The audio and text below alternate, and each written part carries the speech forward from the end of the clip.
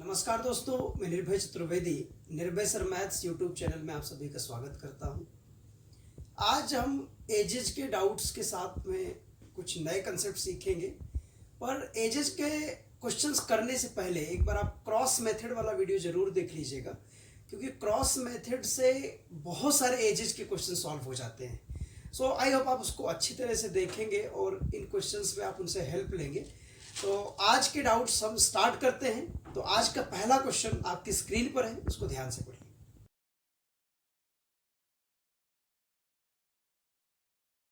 दोस्तों, जैसा आपने क्वेश्चन में देखा, बहुत आसान क्वेश्चन है।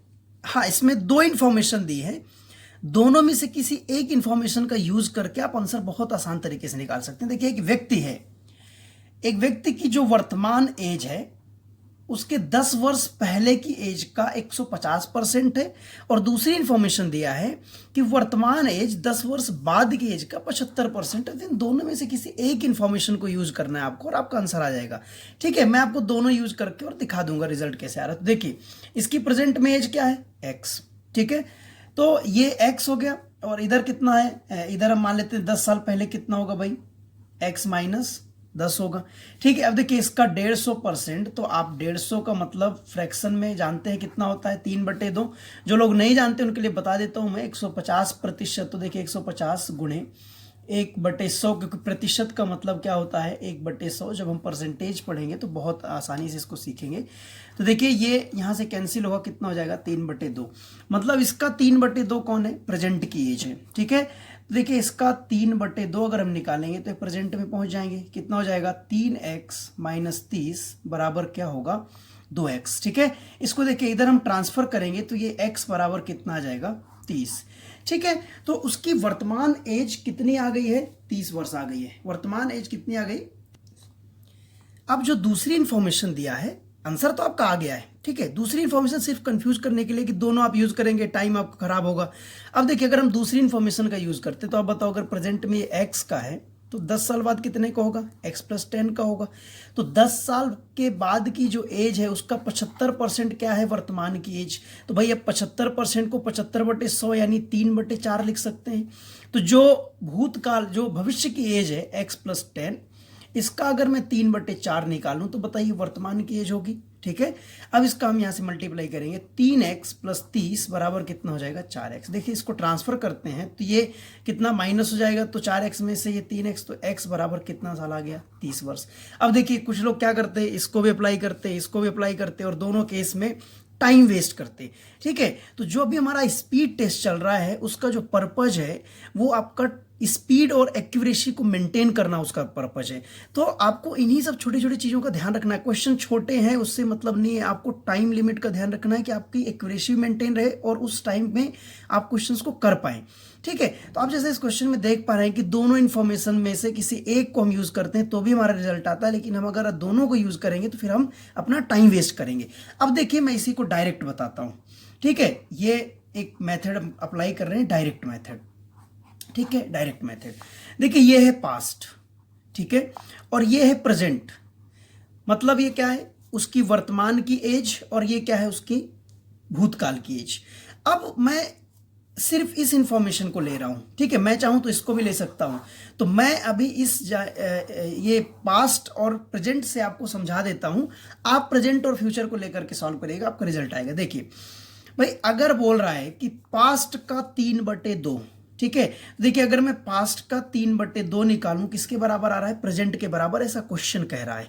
ठीक है, तो भाई मुझे करने की जरूरत नहीं थी, क्योंकि आप देख रहे हैं कि ये पास्ट है, अपॉन में क्या है? प्रेजेंट है। ठीक है, बराबर कितना हो जाएगा? ये 2/3 हो जाएगा। ठीक है, बहुत आसान सी बात है। आप सिंपल सा इतना लिखते कि 150% का मतलब 3/2 होता है। अब आप मुझे बताओ, अगर मैं पास्ट से तुलना करूं तो मेरी एज भूतकाल की एज से तो ज्यादा ही होगी ना, पास्ट से ज्यादा होगी। ठीक है, 10 साल पहले की बात करूं तो आज मेरी 10 साल ज्यादा होगी, 5 साल पहले की बात करूं तो आज मेरी 5 साल ज्यादा होगी। तो आप अगर यहां से देखिए रेशियो जो मिला है पास्ट और प्रेजेंट का, इस रेशियो के बीच में कितने का डिफरेंस है? 10 साल का डिफरेंस है। तो भाई अगर ये 2 भाग की बात करूं तो मेरी कब की एज थी? भूतकाल की एज थी। अगर मैं वर्तमान की बात करूं तो 3 भाग मेरी एज है। तो आप बताओ ये एक साल का जो अंतर है, यानी एक भाग का मान कितना हुआ 10, ठीक है। तो मैं अगर पास्ट में जाऊं तो मैं 20 साल का था, और अगर मैं प्रेजेंट में आऊं तो मैं 30 साल का हूं। तो दोस्तों आपको ये इतना कॉम्प्लिकेटेड ये बनाने की जरूरत नहीं। जैसे ही आपने 150 का 3/2 मन में देखिए, मन में आप सोच के देखो 150 मतलब 300, सॉरी 3/2, राइट। अब देखिए 2 क्या है, 2 पास्ट में ही होगी ना, क्योंकि कम वाला कहां होगा, पास्ट में होगा, और ज्यादा वाला कहां पर होगा, प्रेजेंट में होगा। तो भाई कितना ज्यादा हुआ, ठीक है। या मैं बोलूं कि वर्तमान से भूतकाल जाने में कितने साल चलना है, क्वेश्चन कह रहा है कि 10 साल चलना है, मतलब डिफरेंस कितने भाग है, एक भाग, और इसका मान कितने वर्ष होगा, 10 वर्ष। तो मुझे क्या निकालना है, वर्तमान। तो वर्तमान में कितना, 3 भाग आप निकालेंगे तो सीधे आपको आंसर क्या मिल जाएगा, 3 वर्ष। तो आप बताओ इस क्वेश्चन को अगर आपको एग्जाम में मिल जाए, आप सोचें कि ये छोटा सा क्वेश्चन है, तो भाई इसको आप सेकेंड्स में कर सकते हैं, ठीक है। आप दोनों मेथड्स को ध्यान से समझिएगा, एक बार 2 बार समझिएगा, ठीक है। दोबारा आपको कभी समझने की जरूरत नहीं पड़ेगी। नेक्स्ट क्वेश्चन आप स्क्रीन पर देखिए।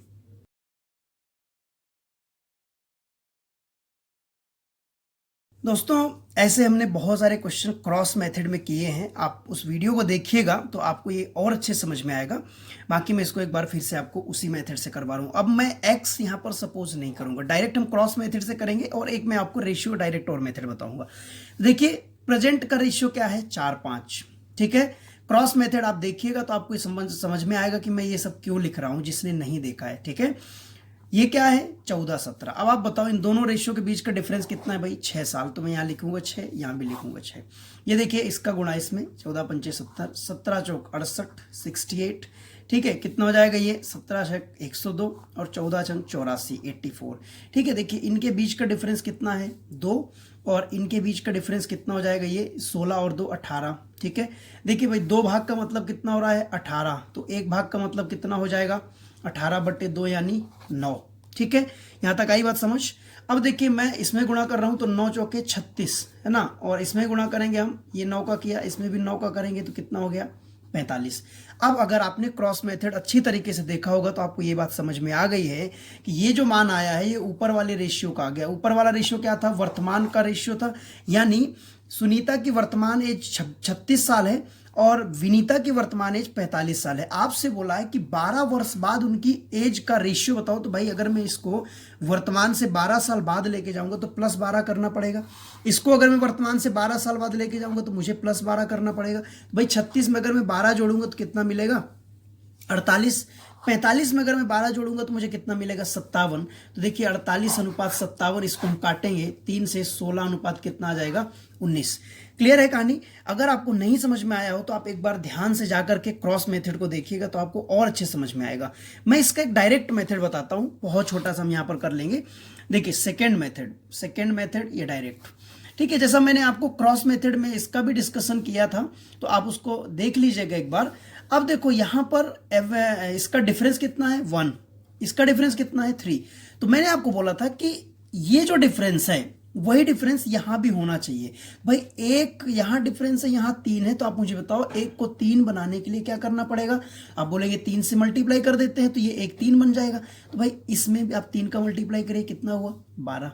इसमें 3 का मल्टीप्लाई करिए, कितना हो गया, 15, ठीक है। तो आप देखिए यहां आप हो गया ये 12 भाग, इधर हो गया 14 भाग, ये हो गया 15 भाग, ये हो गया 17 भाग। तो दोस्तों आप ध्यान से देखो कि 12 से कितना हो गया, 14, कितना बढ़ा, 2।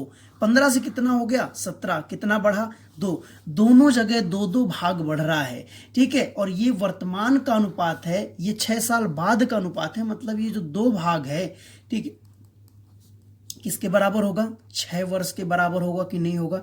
तो आप बताइए 1 भाग का मान किसके बराबर हो जाएगा, 3 वर्ष के बराबर हो जाएगा, ठीक है। यहां तक कोई दिक्कत। अब आप इन दोनों में से किसी भी रेशियो में गुणा कर सकते हैं। तो मैं कर देता हूं 6 साल बाद वाले में। अगर देखिए मैं 6 साल बाद वाले में करूंगा तो मात्र मुझे 6 जोड़ना पड़ेगा।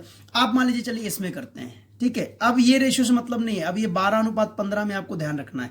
इसमें मैंने 3 का गुणा किया, कितना हो गया, 12×3 36। 15 वाले में किया मैंने तो 15×3 45। आपसे कितने साल बाद की एज का अनुपात पूछ रहा है, 12 साल। तो इसमें देखिए आप 12 जोड़ दीजिए, इसमें भी 12 जोड़ दिए तो कितना हो गया, ये 48 वर्ष। ये कितना हो गया 57 वर्ष, तो ये कितना आ गया 16:19। ठीक है, तो यहां से देखिए आप सिर्फ एक मल्टीप्लाई करके डायरेक्ट आप इसको सॉल्व कर सकते थे। तो इजी है दोनों, आपकी जिसमें प्रैक्टिस हो आप उससे अप्लाई करिएगा। ठीक है, और बहुत अच्छे तरीके से बहुत कम समय में आप इसको कर सकते हैं। नेक्स्ट क्वेश्चन आपकी स्क्रीन पर है।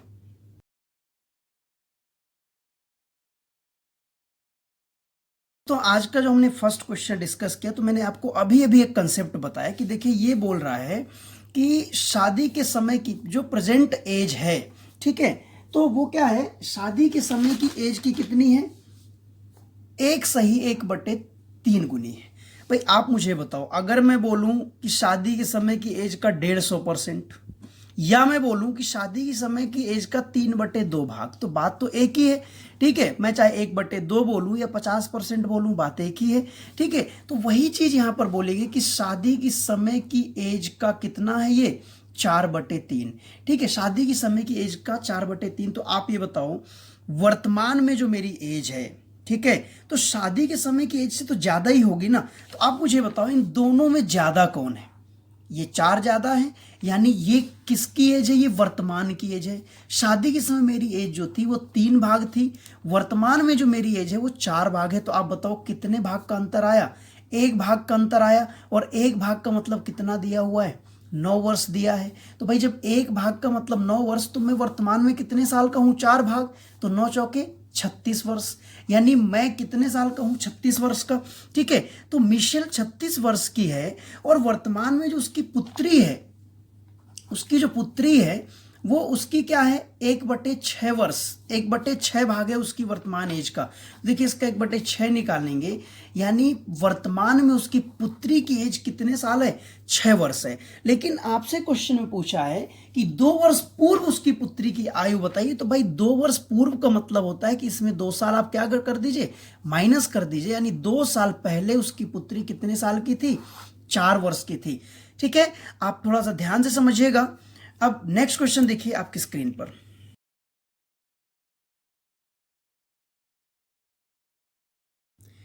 दोस्तों जैसे मैं डाउट्स देख रहा हूं, तो मुझे लग रहा है कि आज की जो डाउट्स सेम पैटर्न में चल रहे हैं, तो हम इसको एक पैटर्न का नाम भी दे सकते हैं। आप इस पैटर्न के क्वेश्चंस अगर एक एक बार पढ़ लेंगे तो आपको आगे कभी परेशानी नहीं आएगी। आज देखिए फिर से अगला जो क्वेश्चन हमारे पास है, सेम क्वेश्चन है। ठीक है, क्वेश्चन क्या है, अब इसमें सीता है, उसमें मिशेल थी, क्या फर्क पड़ता है, कोई रहे, आप रहो, मैं रहूं, है ना। शादी के समय का 6/5 गुना, ठीक है, वर्तमान एज है मेरी। ठीक है, तो देखिए भाई 6/5 गुना कब की एज का, शादी के समय का। तो अब तो बहुत क्लियर समझ में आने लगा कि वर्तमान में मैं ज्यादा होऊंगा। ठीक है, ये मेरी शादी के समय की एज है ना। तो दोनों के बीच में कितने का डिफरेंस आया है भाई, 1 भाग का डिफरेंस आया है ना, और 1 भाग मतलब कितना, 6 वर्ष। ठीक है, शादी के समय और वर्तमान में कितने साल का अंतर है, 6 साल का अंतर है। तो आप बताओ वर्तमान में मैं ज्यादा हूं मतलब 6 भाग, तो 6 कितना हो जाऊंगा मैं, 36 वर्ष, यानी वर्तमान में जो मेरी एज है कितनी है, 36 वर्ष है। ठीक है, और बेटे की आयु वर्तमान आयु का 1/12 गुना है। तो बताओ आप बेटे की आयु क्या होगी, बेटे की आयु इसकी वर्तमान आयु का 1/12, तो भाई 12 × 36, यानी बेटा कितने साल का होगा, 3 वर्ष का होगा। आई होप आप समझ पाए होंगे। इसके पहले के सारे क्वेश्चन सेम है, आप ध्यान से पढ़ते रहिए। और नेक्स्ट क्वेश्चन आप स्क्रीन पर देखिए।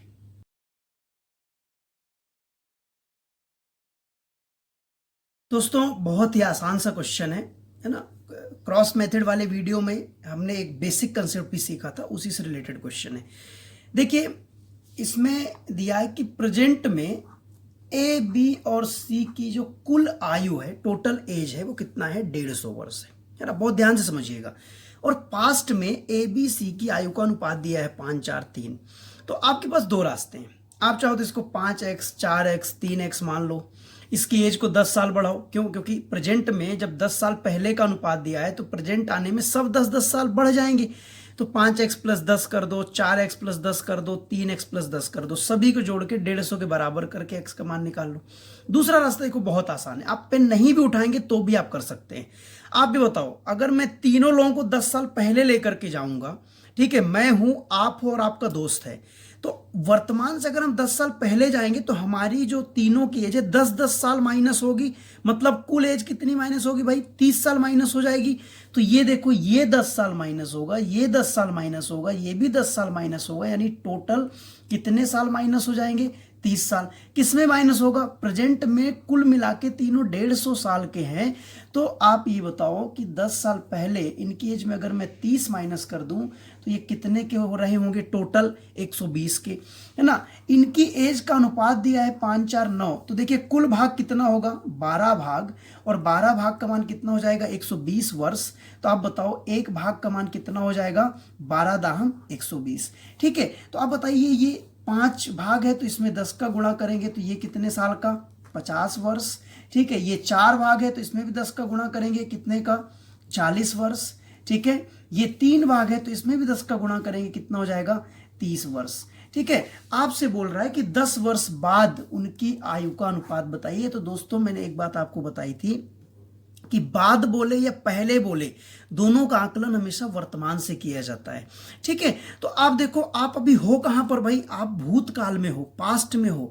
ठीक है, तो वहां से वर्तमान तक आने में 10-10 साल चलना पड़ेगा, फिर वर्तमान से भविष्य में जाने में 10-10 साल चलना पड़ेगा। तो यानी मैं अगर आपसे बोलूं कि आप डायरेक्ट पास्ट से सीधे यहां जाओ तो आप बोलोगे कितने वर्ष बढ़ना है हमें, 20 वर्ष बढ़ना है। तो आप बताओ एक की आयु 50 साल थी तो कितनी हो जाएगी, 50 में 20 जुड़ जाएगा, कितना हो जाएगा, 50 प्लस 20 वर्ष हो जाएगा इसकी एज। ठीक है, इसकी 40 प्लस 20 हो जाएगी। ठीक है, इसकी क्या हो जाएगी, 30 प्लस 20 हो जाएगी। राइट, तो ये कितना होगा, 70, ये कितना होगा, 60, और ये कितना हो जाएगा, 50। राइट, यहां से 0 0 कैंसिल हो जाएगा। देखिए 7:6:5 ये इसका आंसर हो जाएगा। ठीक है, मैं समझा रहा हूं इसलिए समझाने में थोड़ा सा ये इतना ज्यादा लिखना पड़ रहा है, तो थोड़ा आपको लग रहा होगा कि बहुत ये मतलब कॉम्प्लिकेटेड है, बट बहुत आसान है। आप इसको आधा स्टेप तो आप मन में कर सकते थे। आई होप आप समझ पाए होंगे। नेक्स्ट क्वेश्चन आपकी स्क्रीन पर है।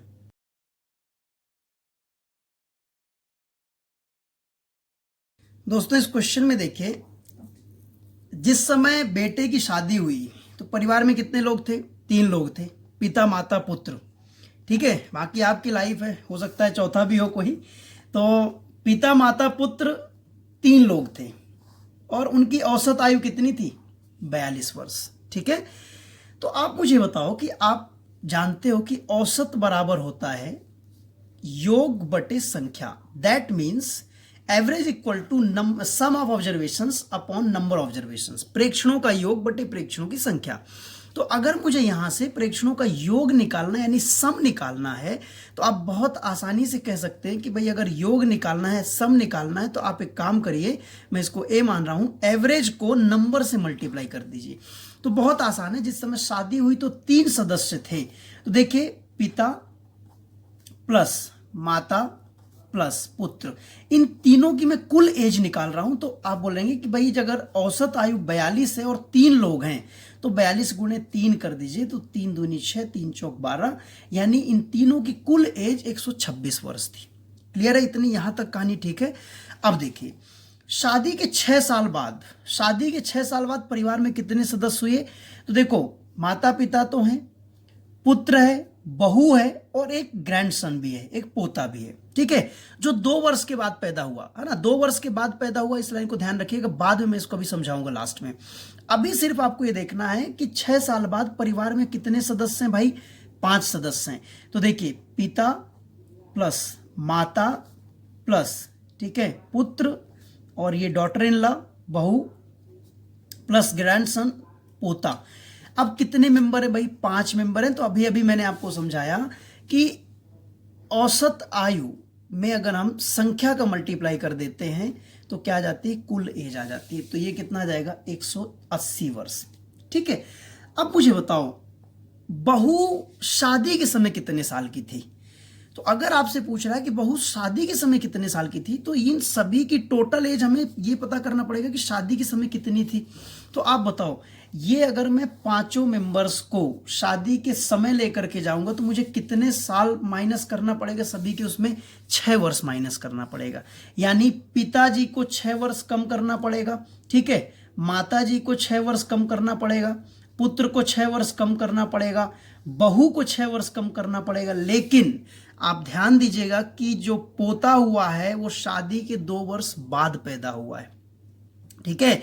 तो उसकी एज मात्र प्रेजेंट में कितनी है, यहां मात्र 4 वर्ष है। तो उसकी एज हमें कितनी घटाना पड़ेगा, मात्र 4 वर्ष घटाना पड़ेगा, ठीक है ना। अगर इतना वो डायरेक्ट अगर सब 6 वर्ष के होते तो हम 6 पंचे 30 करते, 30 माइनस करते। लेकिन आपको बस यहाँ पर यही बात ध्यान रखना है कि पिता माता पुत्र और बहू 6 वर्ष घटेंगे, लेकिन पोता मात्र 4 वर्ष माइनस होगा। तो देखिए ये कितना हो गया, 24, ठीक है।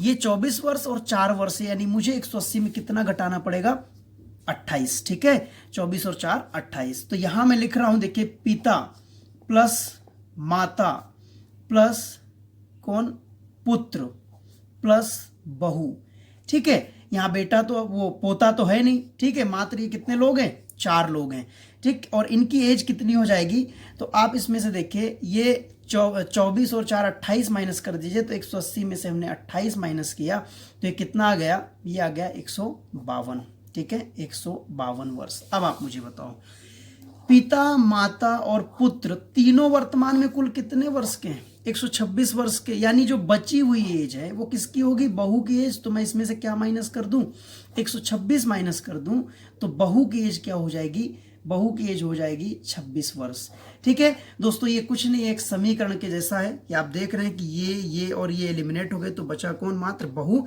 बड़ी संख्या में छोटी संख्या को माइनस कर दीजिए। आई होप आप समझ पाए होंगे। एक बार और ध्यान से आप समझिएगा तो और अच्छे समझ में आएगा। नेक्स्ट क्वेश्चन आपकी स्क्रीन पर है।